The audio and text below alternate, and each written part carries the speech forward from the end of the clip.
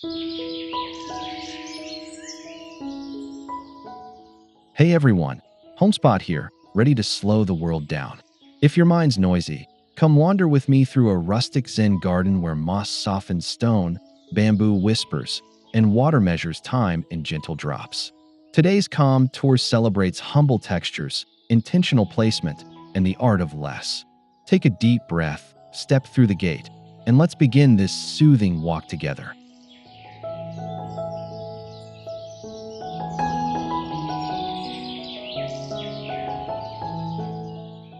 Step with me beneath the weathered cedar gate, where the garden exhales a hush.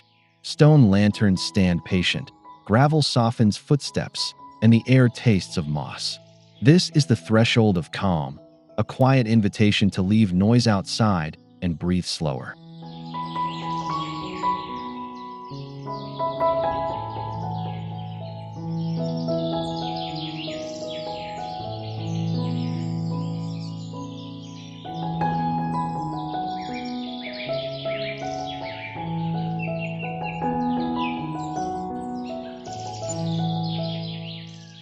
Beyond this entry, wood grain tells stories of rain and sun.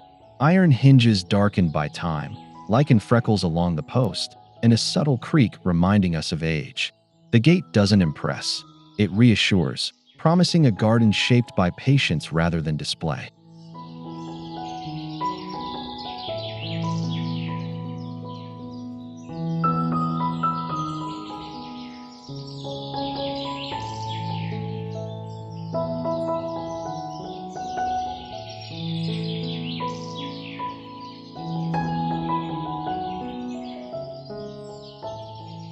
Follow the flagstone path as it wanders, never hurrying, never insisting on straight lines. Each curve hides a small surprise, a tuft of moss, a fern's unfurling, a whisper of bamboo. The route teaches anticipation, guiding us with softness instead of signs or speech.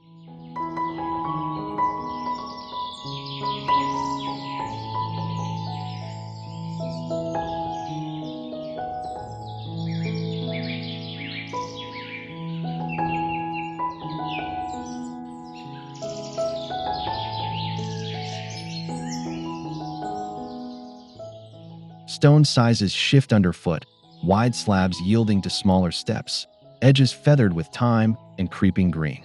The path listens to the land's contours, bending where roots nudge and shade cools. It asks for shorter strides, quieter thoughts, and attention paid to the ground.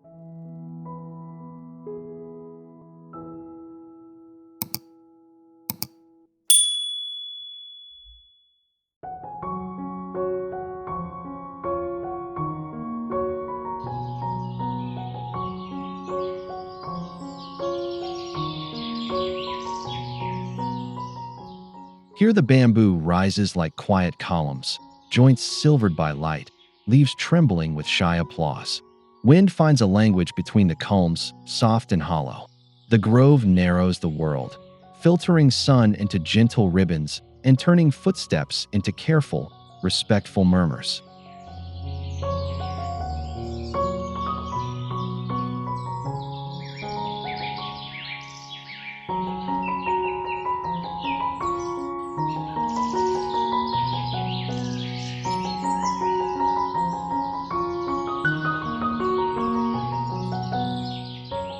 Spacing is deliberate, gaps set for glimpses, not scans.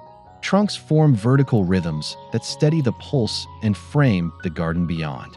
Listen as shade cools the edges of thought, and notice how the simplest path becomes ceremonial when the walls are living green.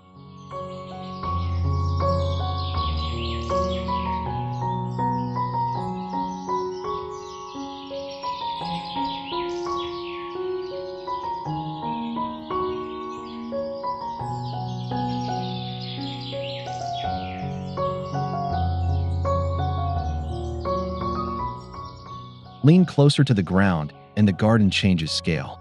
Moss turns stone into shorelines, steps into islands, and corners into coves. Dew gathers like small constellations, softening every edge.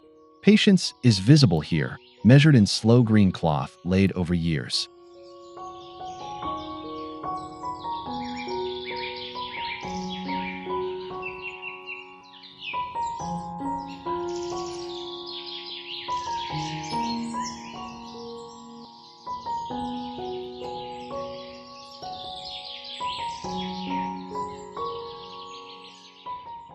See how the moss climbs the risers, drinks from shade, and knits the places where gravel meets root.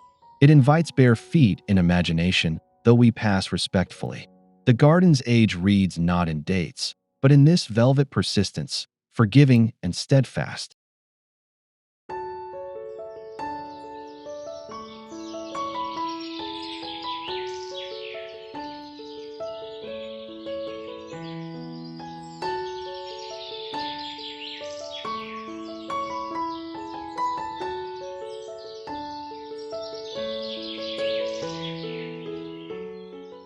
The pond holds the sky like a kept promise. Leaves drift across reflections of maple and cloud, and koi glide as if painting with their fins. The edge stones lean inward, guiding the gaze to a surface so calm that time forgets to ripple.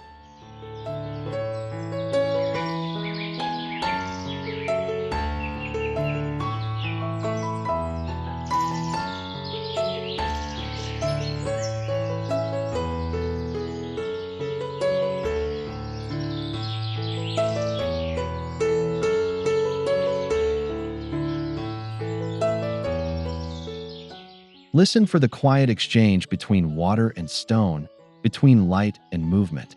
Marginal grasses soften the boundary, a chorus of fine lines against patient boulders. Here, the garden breathes in long counts, and we learn to match it, one measured exhale at a time.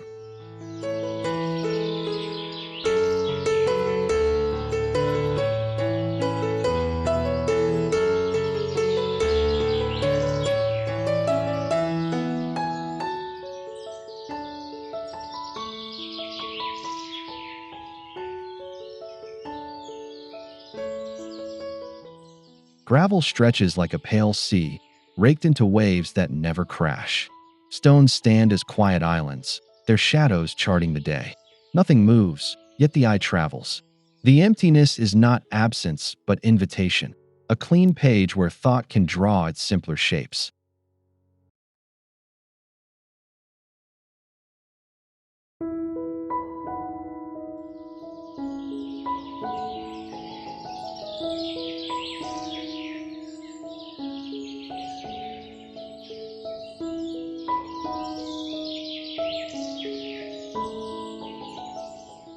Patterns appear and disappear with each angle, disciplined yet never rigid.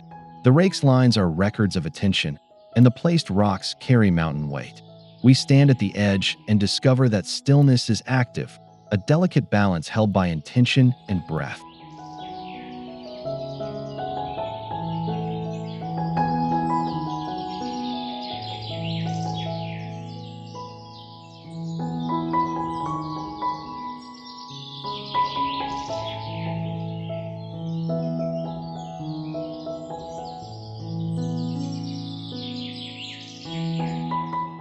This path asks for humility before hospitality.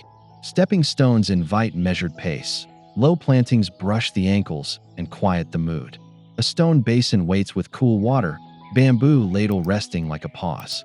Cleanse the hands, then the mind, before crossing into conversation.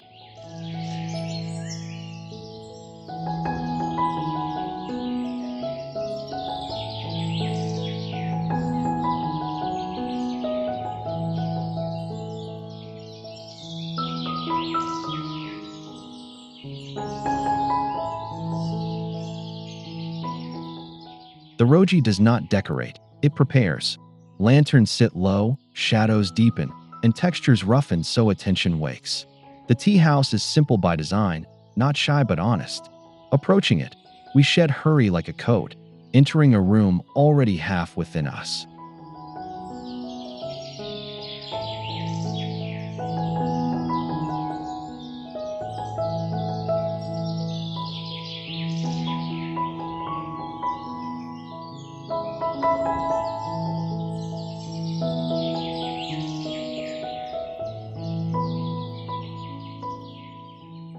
In a shaded corner, water practices understatement. A bamboo pivot taps the basin, then rests, then begins again, patient percussion. The sound measures time and kindness. Around it, stones lean in, mosses spread, and nearby leaves tremble with every drip, as if in agreement.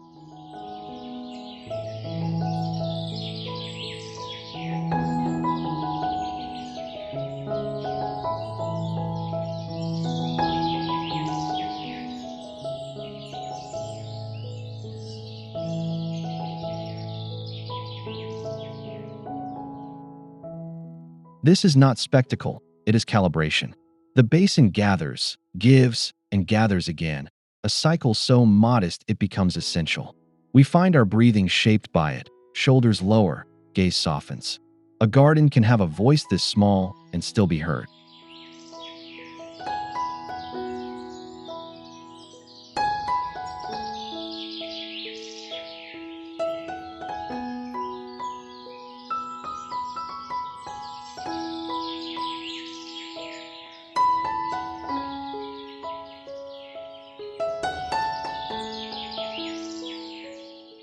Beyond the fence, distant pines become part of the composition, framed like a painting through trimmed hedges.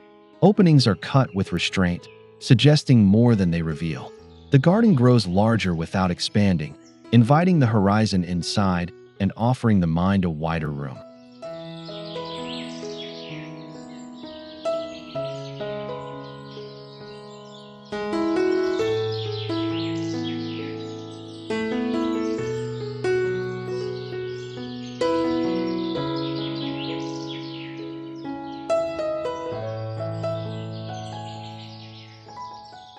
Foreground branches negotiate with far hills, and a simple gap in screen or bamboo lattice builds depth. We are reminded the world continues past our walls. Shakkei is generosity, a borrowed view returned in gratitude every time wind shifts and light changes.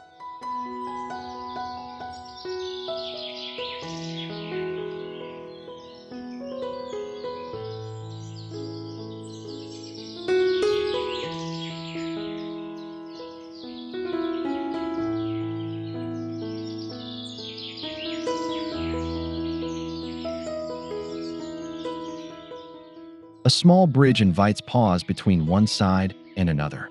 Its arc rises gently, not to show off, but to make space for reflection below. Whether water runs or gravel lies still, crossing feels ceremonial, a quiet agreement to meet the garden halfway.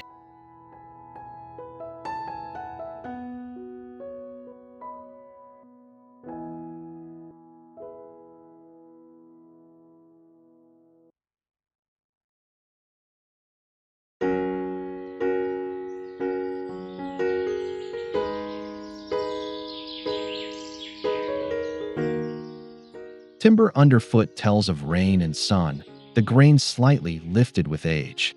Proportions favor humility. Rails are simple, posts uncarved. From its crest, the view gathers, and for a moment both banks belong together. The bridge is less a feature than a conversation.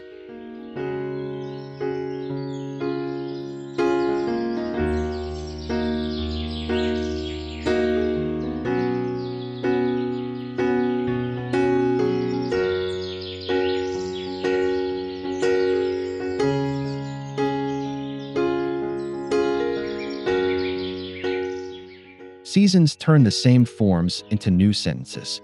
Spring writes in blossoms, summer in shade, autumn in embers, winter in line. A maple's blaze finds balance in pine's steady green. Fallen leaves ornament the gravel, and the air itself changes the garden's voice.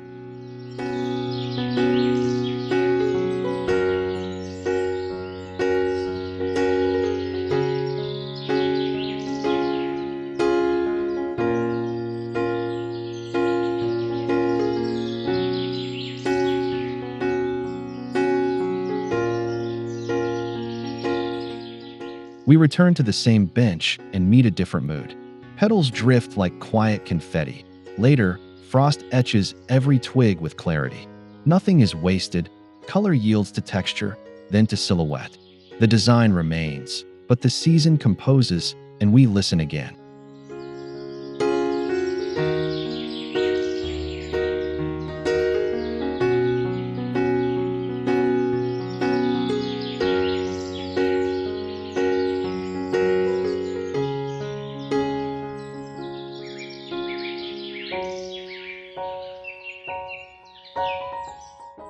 In tight corners, the garden proves how little is enough. A single lantern, a dwarf pine, and a raked oval of gravel compose a complete thought. The fence becomes backdrop, not boundary, and the small space feels generous because everything has room to breathe.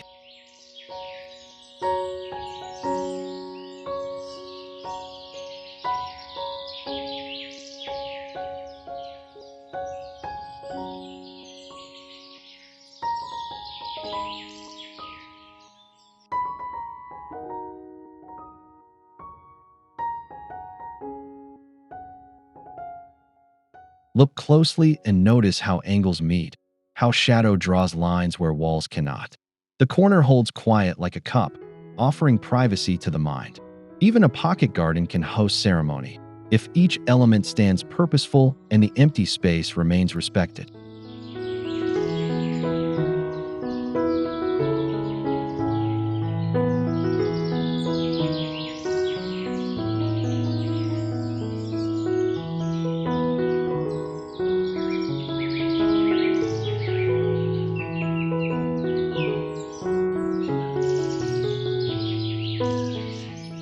Texture weaves the garden's fabric. Glossy camellia leaves catch light, while pine needles draw fine lines. Ferns sift the air into lace. Bark roughens the composition, giving hands and eyes something honest to hold. Without shouting in color, these surfaces create depth you can feel.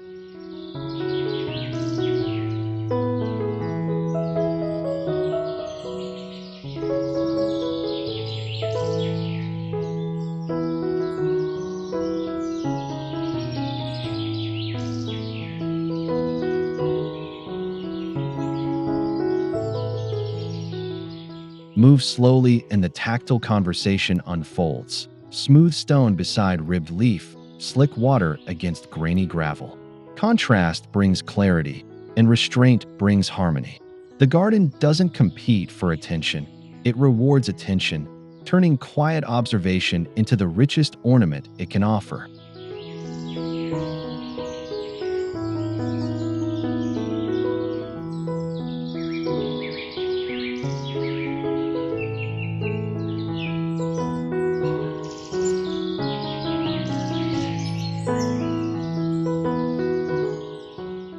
Imperfection is welcomed like an old friend. A cracked pot leans slightly. A bench shows the ghost of rain. Lichen freckles a once sharp edge. These signs of weather and use don't diminish beauty. They reveal it, reminding us that time is the garden's finest artisan.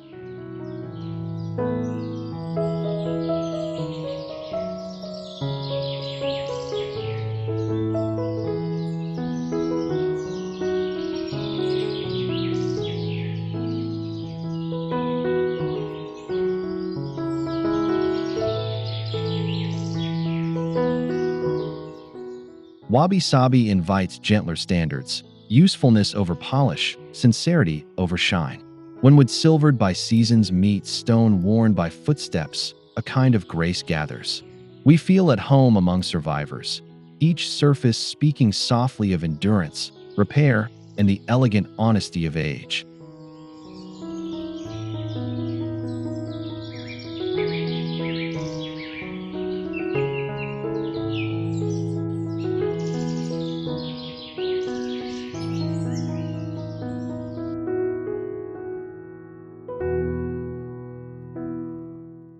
Edges here are invitations, not walls.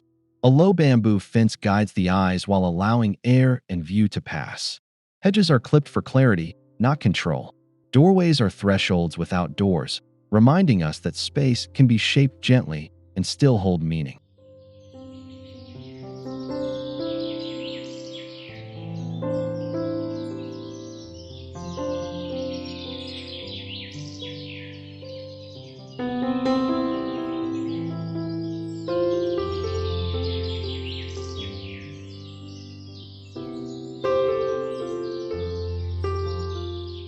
Notice how gravel shifts at crossings, how stones imply a line you respect without thinking.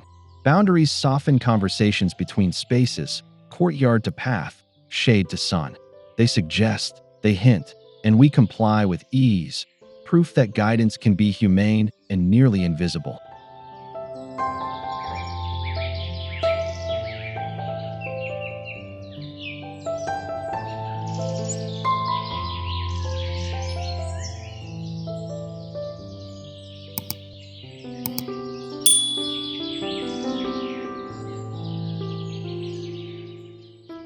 As daylight thins, the garden chooses shadow as a material.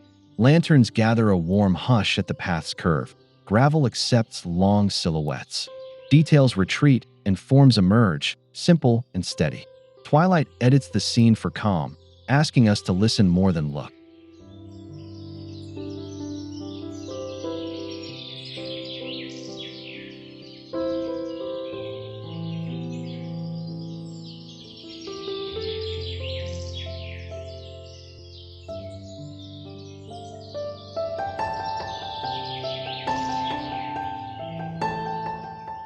Under this softer script, wood grain deepens and leaves seem to float. We learn the power of restraint when light is placed rather than poured. Night doesn't end the garden. It clarifies it, revealing where presence matters and where emptiness completes the composition.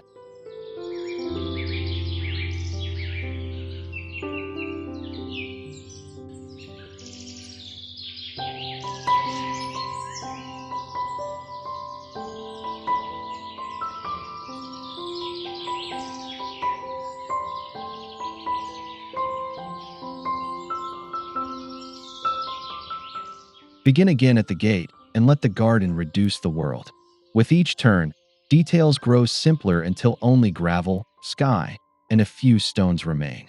This is not lack, it is clarity, a space where the mind can finally set down what it carries.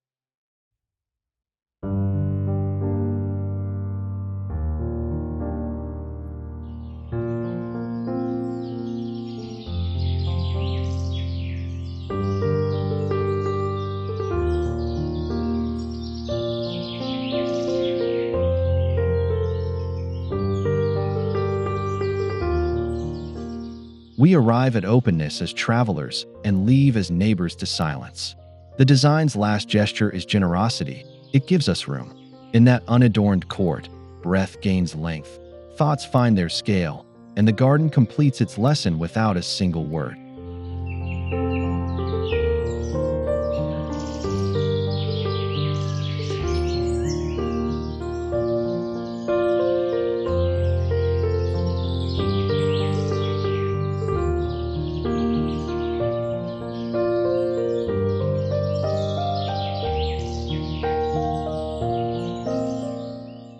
As we leave the lanterns, stones, and rain-kissed leaves behind, notice how simplicity made space for quiet joy. From meandering paths to still water and wabi-sabi textures, this rustic Zen garden shows how restraint invites peace. If this calm moment resonated, please like the video, subscribe to Homespot, and share your favorite detail in the comments. Your support helps us keep exploring beautifully mindful spaces.